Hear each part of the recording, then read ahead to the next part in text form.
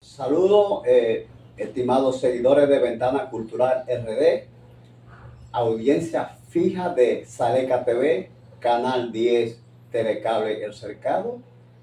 En el día de hoy damos inicio o damos continuidad a una serie de programas que hemos querido presentarle a nuestra audiencia global y a nuestra audiencia fija de Hondo Valle, Vallejuelo, El Cercado y la Mata de Farfán de Saleca TV, una secuencia de programas dedicados a los jóvenes y a la política. Le presentamos en el año 2025 una entrevista con la joven Melissa Peguero, muy interesante, donde nos contaba sus experiencias en el ámbito político, y le presentamos también una entrevista con el joven político y analista político Borja Medina. En el día de hoy nos acompaña Giovanni Pérez Corsino, que no solamente es una joven comprometida políticamente, sino que también es una joven comunicadora. Es una joven muy talentosa y queremos compartir contigo, Giovanni, cuál es, vamos a decir, qué es lo que te mueve. Queremos saber en principio quién es Giovanni Pérez Corsino y de dónde es Giovanni Pérez Corsino. Así que este ambiente, las cámaras quedan abiertas para ti, para que tú nos compartas, para que tú nos digas quién tú eres y de dónde tú eres. Gracias, Francisco, por invitarme a tu programa Ventana Cultural. Qué bonito este programa y saber que llega a una audiencia en la provincia, en el sur lejano, si se quiere, es para mí muy reconfortable, porque precisamente soy oriunda de la provincia San Juan, en el municipio cabecera San Juan de la Maguana. Y por supuesto, los sureños nos apoyamos, nos queremos mucho. Así que quiero comenzar diciendo que gracias por la invitación de un programa como este que fortalece el debate de las ideas, que aporta un espacio a la juventud dominicana y, ¿por qué no?, a la juventud en el mundo de manera global. Pues como te reitero, nací en la provincia San Juan y entonces desde pequeña me enamoré mucho de la literatura. Con tal vez 17 años ya yo leía al profesor Juan Bosch, ya yo leía, digamos, a Joaquín Balaguer. Me interesaba mucho el punto de vista de Joaquín Balaguer, porque como viví en la provincia y estudié los primeros años de escuela primaria y secundaria en la provincia de San Juan, para mí entonces el debate de las ideas, escuchar que Joaquín Balaguer iba para la provincia, que Juan Bosch iba para la provincia, que José Francisco Peña Gómez iba para la provincia, eso hizo en mí, digamos, una joven comprometida con la lectura. Y por supuesto luego ya vengo a vivir a la ciudad capital, donde también estudio. Yo soy licenciada en contabilidad, luego tengo un posgrado en finanzas, tengo una maestría en ciencia política de la Universidad de Salamanca, un posgrado en ciencia política del Instituto de Ciencia Política de París, mejor conocido CIEMPO, tú recuerdas, y entonces también una, digamos, maestría también en alta dirección pública de la Universidad Ortega y Gasset, donde estuvimos juntos participando con Gisela, y entonces fue una maravillosa experiencia. También hicimos un curso de comunicación política también con la Universidad de Salamanca. Y por supuesto entonces de ahí venimos, hemos estado formándonos en términos académicos y hemos estado entonces tratando de aportar nuestras ideas en el mejor de los lugares, la República Dominicana. Mira qué interesante. Tú sabes que yo me imagino que no solamente yo, porque he escuchado a muchas personas hablar sobre ti y pensábamos, yo me inscribo dentro de lo que pensaban, así que tu formación primaria era en el área de Derecho. Sin embargo, tu formación primaria es en el área de Administración, Contabilidad, aunque ya te formaste en una carrera hermana de las ciencias jurídicas, que son las ciencias políticas. Pero mira qué interesante. Este programa vas a subirse a YouTube con el título de Mujer, Juventud y Política. ¿Qué te llevó a ti al mundo político? Ciertamente, tú sabes que en principio la carrera que yo quería, digamos, formarme era en el ámbito de la comunicación y el periodismo. A pesar de que todo el mundo, al igual que tú me dices, piensa que soy abogada. Y tiene que ver primero por mi formación de una lectora férrea y segundo porque también, como te comenté, también en el área financiera y administrativa, trabajé en el sector financiero y dentro del ámbito del sector financiero, pues nada, digamos, una escuela, una super escuela, fueron algunas instituciones del sector privado donde trabajé y leer para saber qué decía la ley respecto a los temas financieros era obligado, o sea, era necesario. Siempre la gente me pregunta cómo convergen la política y las finanzas y termino diciendo que una se complementa con la otra, porque el que habla de política habla de presupuesto y el que habla presupuesto habla de la ley general de presupuesto y todas las leyes, digamos, y el que habla de la banca habla de la ley monetaria y financiera, de manera que yo pienso que las ciencias se interrelacionan, por eso se llama, recuerda, la ciencia de la complejidad, con que una disciplina, una ciencia, se interrelaciona con otra y hace que uno sea un profesional mucho más integrado. Pero me enamoro de la política a través del presidente Leonel Fernández. Conocí al presidente Leonel Fernández cuando estaba haciendo una maestría, una de esas maestrías en la Universidad AP, que también es una maestría en gerencia y productividad, cuando eso trabajaba en el sector privado, y entonces me encontré con el presidente Leonel Fernández, mira qué bien, en lo que era la librería Texauro, que estaba en la Sarasota con Lincoln, si mal no recuerdo. Y ahí conozco a Leonel Fernández. Pero ya antes yo había escuchado del presidente Leonel Fernández, me parecía muy interesante cuando Leonel hablaba en público, su manera de dirigirse, su compromiso y ese crossover de un Leonel Fernández dejar a los Estados Unidos, venir y estudiar en la República Dominicana, me despertaba una curiosidad increíble. Yo decía, cuando todo el mundo quiere irse a los Estados Unidos, Leonel Fernández viene de los Estados Unidos, se inscribe en la UAS y entonces yo decía, ¿por qué hizo como todo lo contrario? La gente quiere irse a vivir fuera, quiere ir a estudiar allá. Y entonces entendí que el presidente Leonel Fernández tiene un amor por la República Dominicana y que entendía que podía venir a hacer un aporte a la República Dominicana. Y entonces me enamoré, digamos, de la política porque veía la desigualdad social.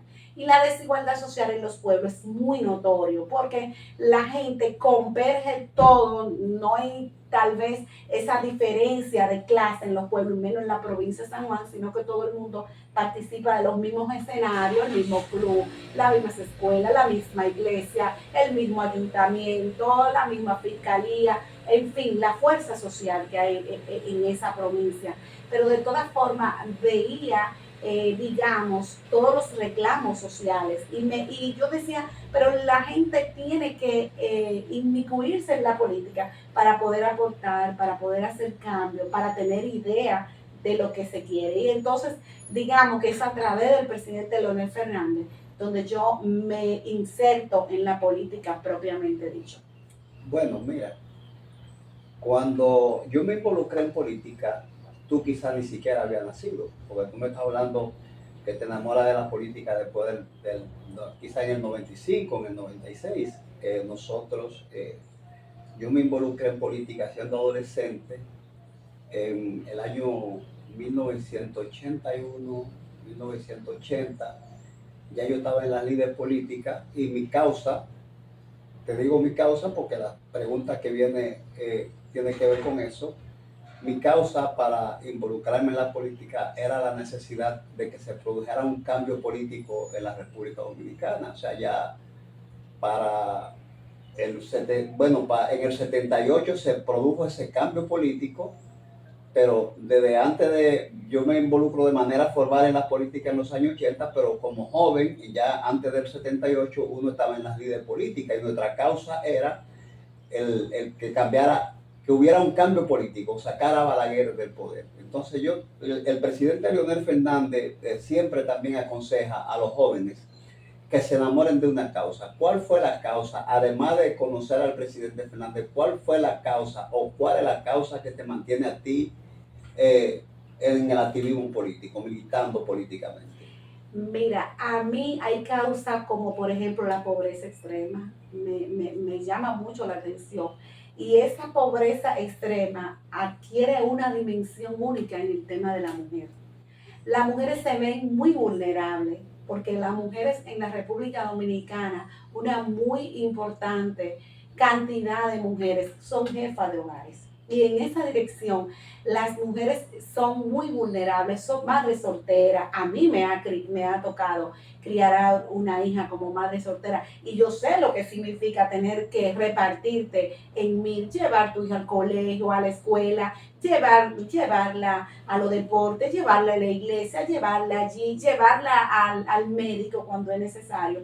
Entonces, la idea de que las mujeres necesitan espacio de dirección en los partidos políticos me mueve. Es un compromiso.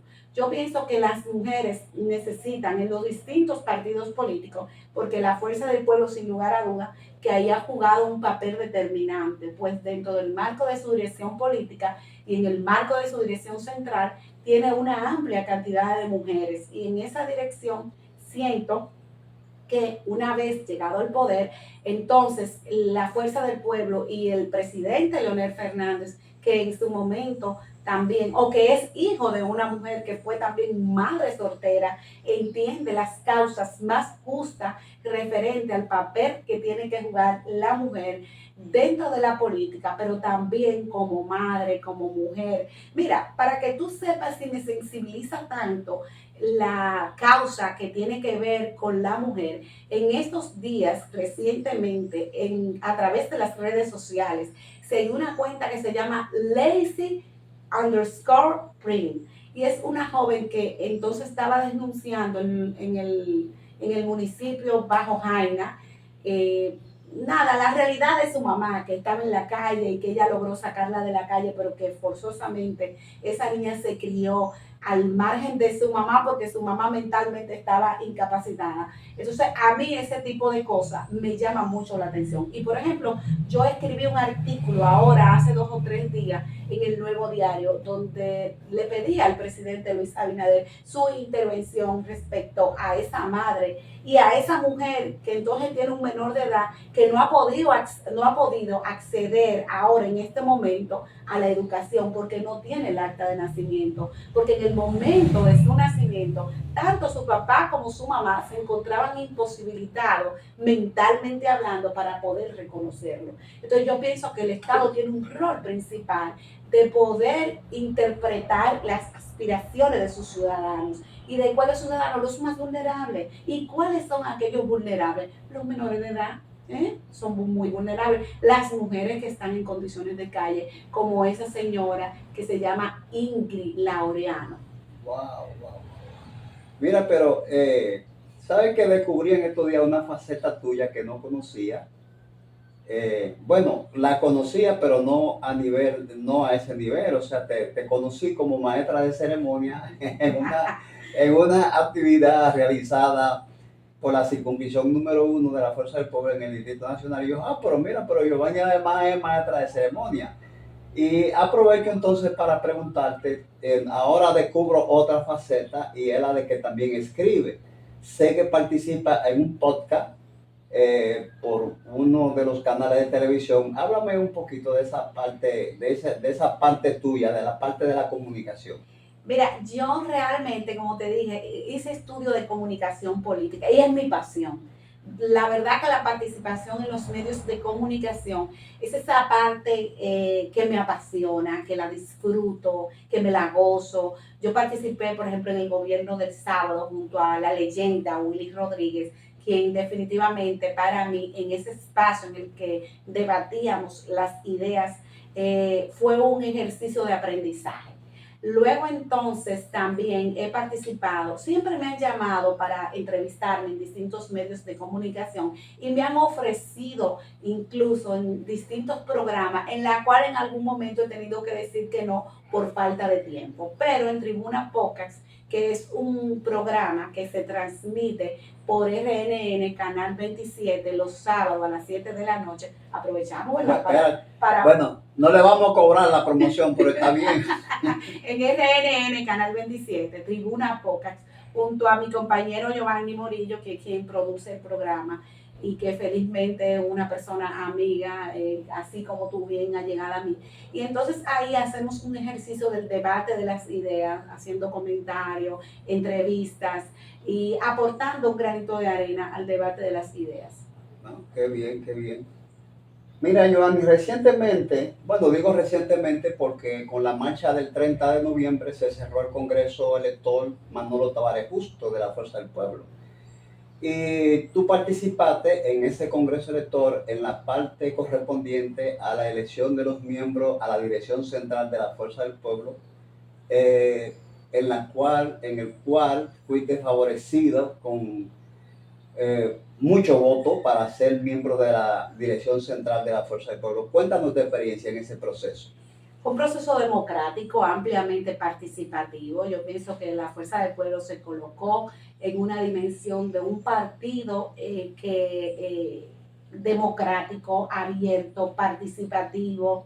Y definitivamente para mí fue una experiencia maravillosa porque me permitió llamar a compañeros de distintos puntos del país, porque la dirección nuestra era a nivel nacional y entonces el hecho de tú poder tener ese contacto con dirigentes en Cotuí, en Santiago, en San Juan, en Elías Piña, en Hondo Valle, en Vallejuelo, en fin, en San Pedro de Macorís, en Baní, como el compañero, el doctor Luis en Baní, por ejemplo, el ex senador en Cotuí, el ex senador en San Pedro, mi amiga Vicenta en San Pedro, Gisela Romero en la circunscripción 1 en la provincia de San Juan también, Juan Rodríguez en la provincia de San Juan, Mérido Mercedes, el diputado que nos apoyó, el diputado Rafael Castillo, el vocero de los diputados en la Cámara de Diputados, que también me brindó su apoyo. Entonces, el diputado de la circunscripción número 2, mi amigo Tobías Crespo,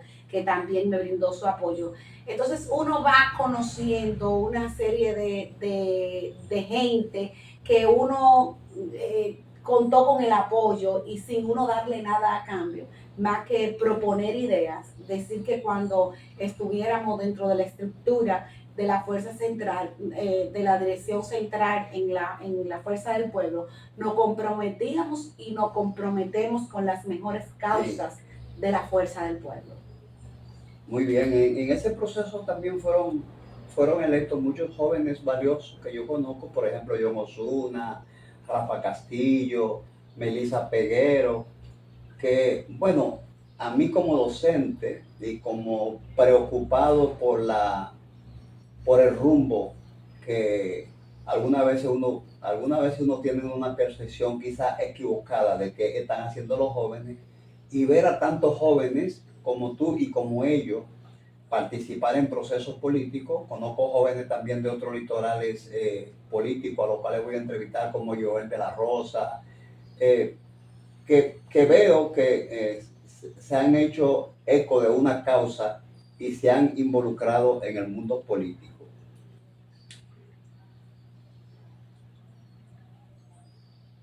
¿Cuál es la... Ahorita hablábamos de tu formación profesional y tú hablabas de que tienes experiencia en el sector privado, o sea, que te formaste básicamente, tus primeras experiencias laborales fueron en el sector privado, pero también tengo entendido que tú tienes experiencia laboral en el sector público. ¿Cuál es tu experiencia laboral profesional, tanto en el sector privado como en el sector público? Mira, definitivamente que en ambas carreras he trabajado. En el sector privado, yo, por ejemplo, ocupé cargo de dirección como gerente de planificación y presupuesto en una institución privada que me formó en términos de las áreas administrativas y financieras y que voy a agradecer a toda la vida. Dentro del sector público, de ahí pasé al área también financiera, lo que era el Banco Nacional de la Vivienda, que luego en términos técnicos lo convertimos en Banco de la Exportación, Banco Nacional de la Exportación, lo que hoy he conocido como Bandex, donde llegué a ser vicepresidente de operaciones. Wow. Luego, posteriormente, entonces, en este momento, bueno, trabajamos en la Cámara de Diputados, en el área de planificación y estrategia, y ahí entonces también nos tocó escribir un libro sobre la mujer en la Cámara de Diputados desde la época de Trujillo.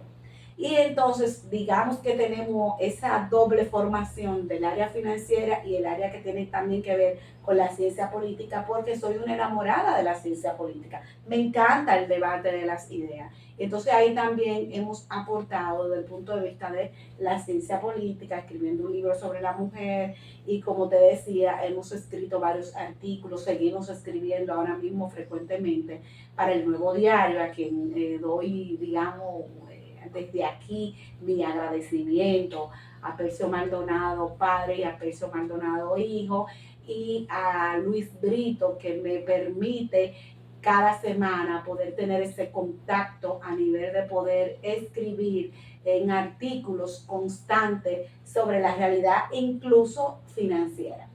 Bueno, yo aprovecho que mencionaste el Nuevo Diario para manifestar también mi agradecimiento a Percio Maldonado hijo y a Percio Maldonado padre, porque con la editora del Nuevo Diario fue que se lanzó mi libro, El nacimiento de la fuerza del pueblo, crónica de un proceso. Y debo decirte que las personas están enamoradas de la terminación y de la calidad de la impresión del libro. No solamente de la impresión. Que yo quiero felicitarte, felicitarte aquí por ese gran aporte que has hecho tú como autor de ese libro del nacimiento de la fuerza del pueblo, un extraordinario texto que yo invito a todos los que nos están mirando, dentro y fuera del país, a comprarlo. Bueno, pues yo agradezco a la editorial Nuevo Diario la calidad que tiene el texto.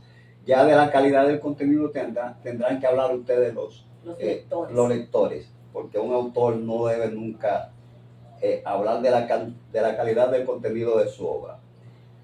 Mira, es prácticamente imposible en estos momentos hacer cualquier tipo de programa y no hablar de lo que ocurrió el sábado 3, este sábado 3 en Venezuela, donde una fuerza militar especial, vamos a decir,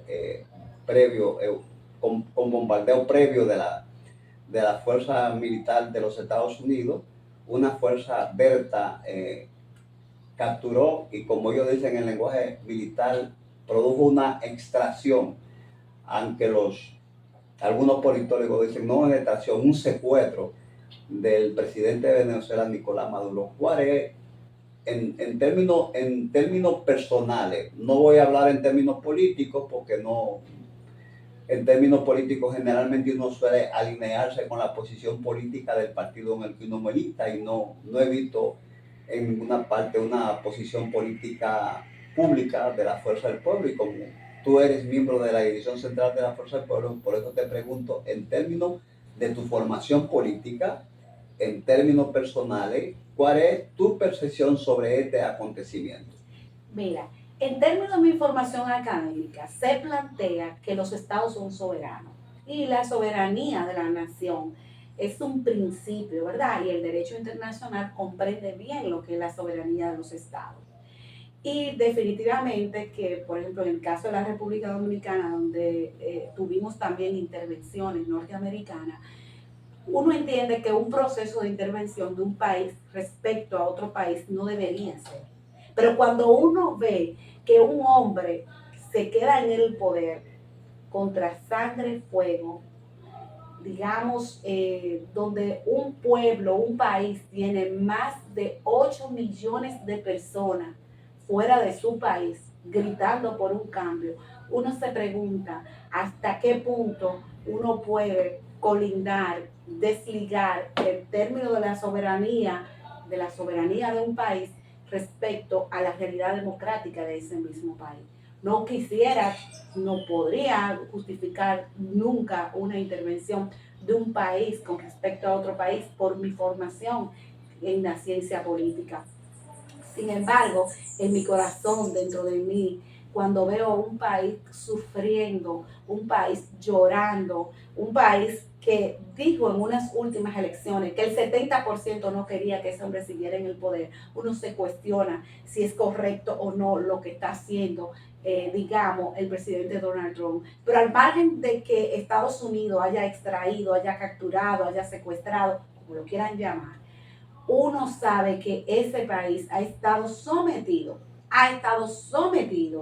a tener presos políticos en pleno siglo XXI, ha estado sometido a tener disidentes que tienen que irse al exilio porque no pueden convivir con el gobierno de Nicolás Maduro, que para mí es un gobierno que se distanció de Chávez. Yo pienso que Chávez era otra cosa distinta a Maduro. Tal vez la formación de Chávez le permitía, digamos, algún respiro y, digamos, dejaba que de alguna manera algunos políticos se pronunciaran, se vivía un poquito más en democracia cuando Chávez, recuerdan todos ustedes, por ejemplo, cuando Corina Machado se le paró frente en el Congreso, en el Parlamento allá, y le dijo a Chávez en su propia cara lo que pensaba. Karina María Machado después no fue presa por eso, no fue perseguida. Entonces, pero pienso que Maduro llegó a los límites de lo que puede llegar un gobernante respecto a sus ciudadanos. Y te voy a dar una experiencia que tengo sobre una persona que trabajaba en la Suprema Corte de Justicia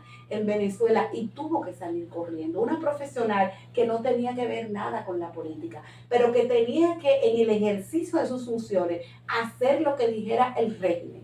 Y esa señora vino a vivir a la República Dominicana porque incluso tenía su hija en el mismo colegio que estudia mi hija, y por eso sé de las calamidades que sufre el pueblo venezolano.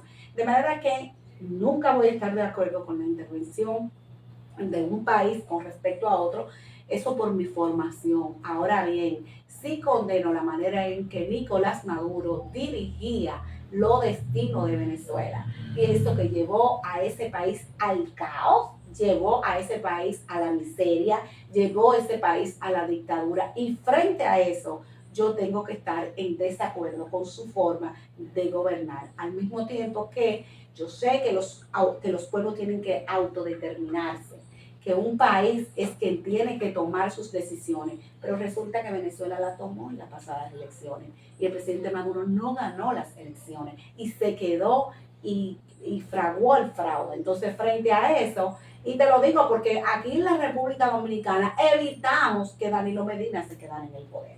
Evitamos que Danilo Medina se quedara en el poder. Lo pudimos hacer a tiempo, pero la historia que tuvimos cuando Trujillo es una historia que, si tú le preguntas a la mayoría de los dominicanos si querían una intervención en el momento que Trujillo era un dictador, probablemente la respuesta del pueblo dominicano era que sí, a pesar de haber tenido la intervención anterior del año 1916, ¿verdad? Sí. Bueno, yo creo diferente, apoyo casi en tu totalidad lo que tú dices, pero yo creo que son los pueblos los que tienen que buscar los mecanismos para resolver sus problemas políticos. Y en ese sentido, el pueblo dominicano puede servir de ejemplo. En 1844, los dominicanos decidimos el 27 de febrero declarar la separación y la independencia del pueblo haitiano, ¿verdad? Después, en el 61, un grupo de dominicanos que no creían en el proyecto anexaron la patria otra vez a España, pero fueron los dominicanos que resolvieron su problema con la guerra restauración, ¿verdad? Y bueno, pues recuperamos nuestra independencia. En ese proceso de recuperación de la independencia, nosotros tuvimos la dictadura de Ulises Heró, Lili, pero fueron los dominicanos con el ajusticiamiento de Lili en Moca que volvieron a restaurar, vamos a decir, el proceso, vamos a decir, más o menos democrático. Luego tuvimos a Trujillo, pero fuimos los dominicanos que resolvimos el problema de Trujillo. Claro, claro. Luego, en el 60, elegimos a Juan Bosch en diciembre del 62, Juan Bosch toma posición el 27 de febrero del 63, le dan un golpe de Estado el 25 de septiembre de ese mismo año, del 63, pero somos los dominicanos, fue Manolo Tavares Justo que se fue a la montaña a defender la Constitución, fuimos los dominicanos que hicimos la revolución del 65, fuimos los dominicanos justamente que nos enfrentamos a 42,000 tropas norteamericanos que nos intervinieron en ese entonces. O sea, que somos nosotros como dominicanos que hemos tratado de resolver nuestro problema. Después nos dejaron a Balaguer y cuando ya no podíamos más con Balaguer, también cambiamos los dominicanos a Balaguer. Es decir, que en ese sentido yo creo que hay que darle a los pueblos la oportunidad de que ellos encuentren la forma, la manera, el camino de resolver sus problemas internos sin la intervención de otros países. Sí, digo otros países para no mencionar directamente a los Estados Unidos, otros países, como tú dices, que se respete el principio de soberanía y el principio de no intervención en los asuntos de otros estados. Creo que eso es importante venderle a los jóvenes actuales, porque hay muchas personas celebrando en la calle y yo entiendo, como también hay muchas personas protestando por la intervención, hay otras personas celebrando en la calle el hecho. Y yo creo que el hecho de que un gobierno sea ilegítimo, como escribió alguien en Acento, no le da razón a ninguna potencia para intervenir en el territorio de un Estado soberano. Pero bien, muy interesante tu posición respecto a eso, basada en los principios del derecho internacional y en la soberanía de los Estados.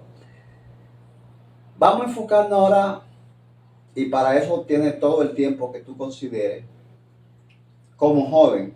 Hay muchos jóvenes que, bueno, quizá no han tenido la oportunidad formativa de entender lo que es la política.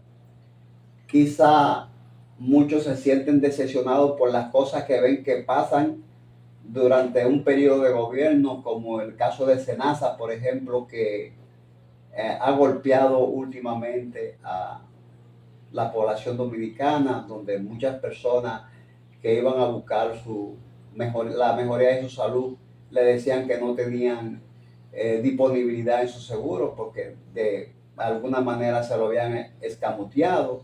Y algunas veces los jóvenes, cuando ven ese tipo de situación, como que se sienten desilusionados de participar en la actividad política. Y yo creo que es lo contrario. Yo creo que esas son las causas que deberían hacer que un joven participe en la actividad política. Si un joven te pidiera consejo a ti para involucrarse en la vida política, ¿qué tú le dirías? Que sí, que es importante que los jóvenes asuman causa, que es importante que los jóvenes intervengan en su propio futuro, en hacer su futuro. Porque cuando un joven incursiona en la política, es algo maravilloso. Mira, yo me quedo mucho viendo, por ejemplo, a Omar, que es un joven, Omar Leonel Fernández.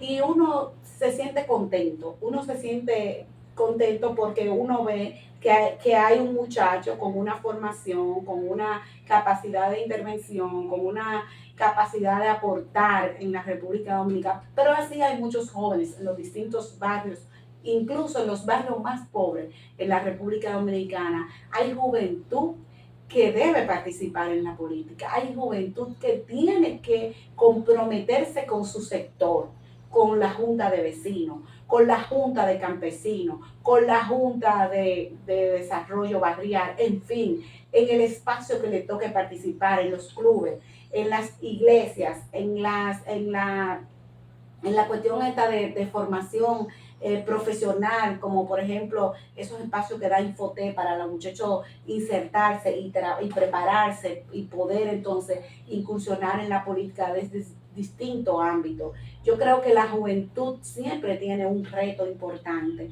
y como nunca antes, la juventud en la República Dominicana necesita de participar necesariamente en la política, porque lo que está ocurriendo en nuestros barrios con el tema de las drogas, con el tema de la prostitución, con el tema de la banca de apuestas, necesita de una juventud que abra los ojos, una juventud que despierte, una juventud que sepa que hay una mirada diferente, que usted no está condenado a vivir al lado de una banca de apuestas, ni de un punto de droga, ni de un colmadón. Usted tiene que cambiar esa realidad y para usted cambiar esa realidad, usted necesita dos cosas: la preparación, formarse, no importa, fórmese, vaya a la escuela pública, no importa que le quede lejos, vaya a la biblioteca pública, que por tanto también creo que el gobierno tiene un reto desde el punto de vista de la educación y es dotar a todas las escuelas públicas de bibliotecas. Yo creo en eso.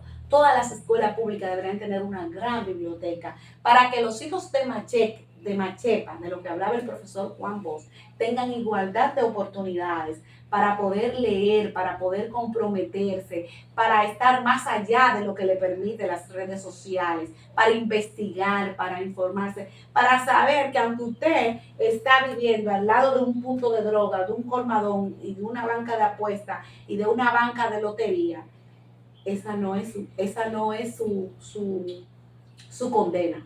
Esa no es su condena, al contrario, ese es su reto, salir de ahí y convertirse en algo muy distinto a gente que hay en los barrios, usando droga, bebiendo, prostituyéndose, haciendo de su vida, digamos, un calvario.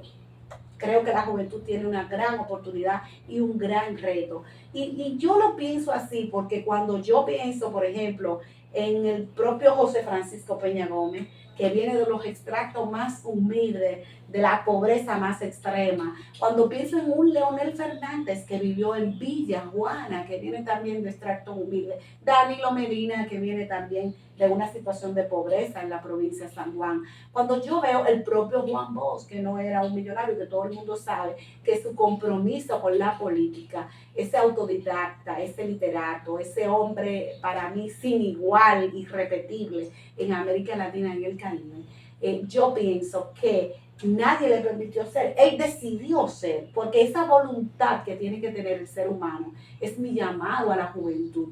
Usted cuando se levante, usted tiene que mirarse en el espejo y si no lo tiene, mire al cielo y diga, ¿cómo es el camino que voy a trillar para, digamos, adelantar, para vivir en un mundo donde la justicia social no sea una palabra, sino un compromiso, donde los hijos suyos y los hijos de sus hijos puedan tener una mejor condición de vida? Yo pienso en que ese es mi mensaje para la juventud. Y la política, por supuesto, es aquel vehículo, aquella oportunidad que le permite a los pueblos la transformación. Es por eso que, por ejemplo, nosotros vemos que en los gobiernos de Leonel Fernández el tema de la formación es muy importante.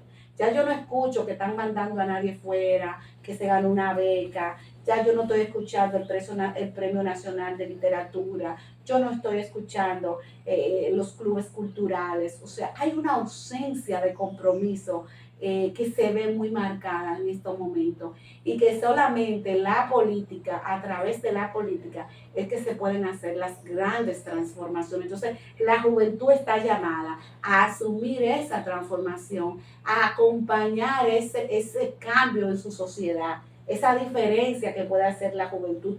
Cada juventud es un activo importante para la República Dominicana y cada juventud, pero no una juventud drogada, no una juventud tomada, no una juventud en los juegos de apuestas, no, es una juventud en las aulas, es una juventud en los clubes, es una juventud en los hospitales, ayudando en el servicio, en la comunidad. Es una juventud que si hay que recoger la basura, vamos a recogerla aunque le toque al ayuntamiento, pero mi sector tiene que estar limpio independientemente de ese ayuntamiento, porque si algunos ayuntamientos no recogen la basura y usted ve que esa basura, bueno, pues entre la comunidad, háganse en comunidad y cómprense unos tanques de basura y obliguen a ese municipio, a ese ayuntamiento a botarle la basura y ustedes mismos sean agentes de cambio.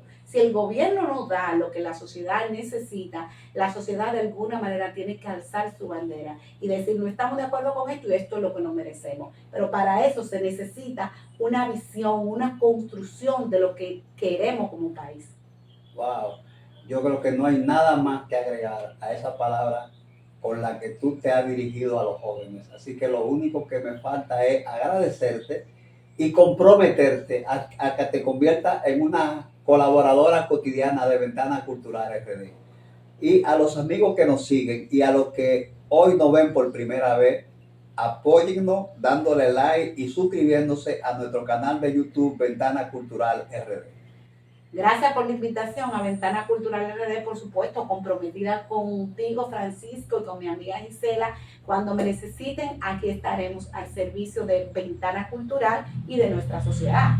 Que Dios te siga bendiciendo. Amén, igual. Maravilloso.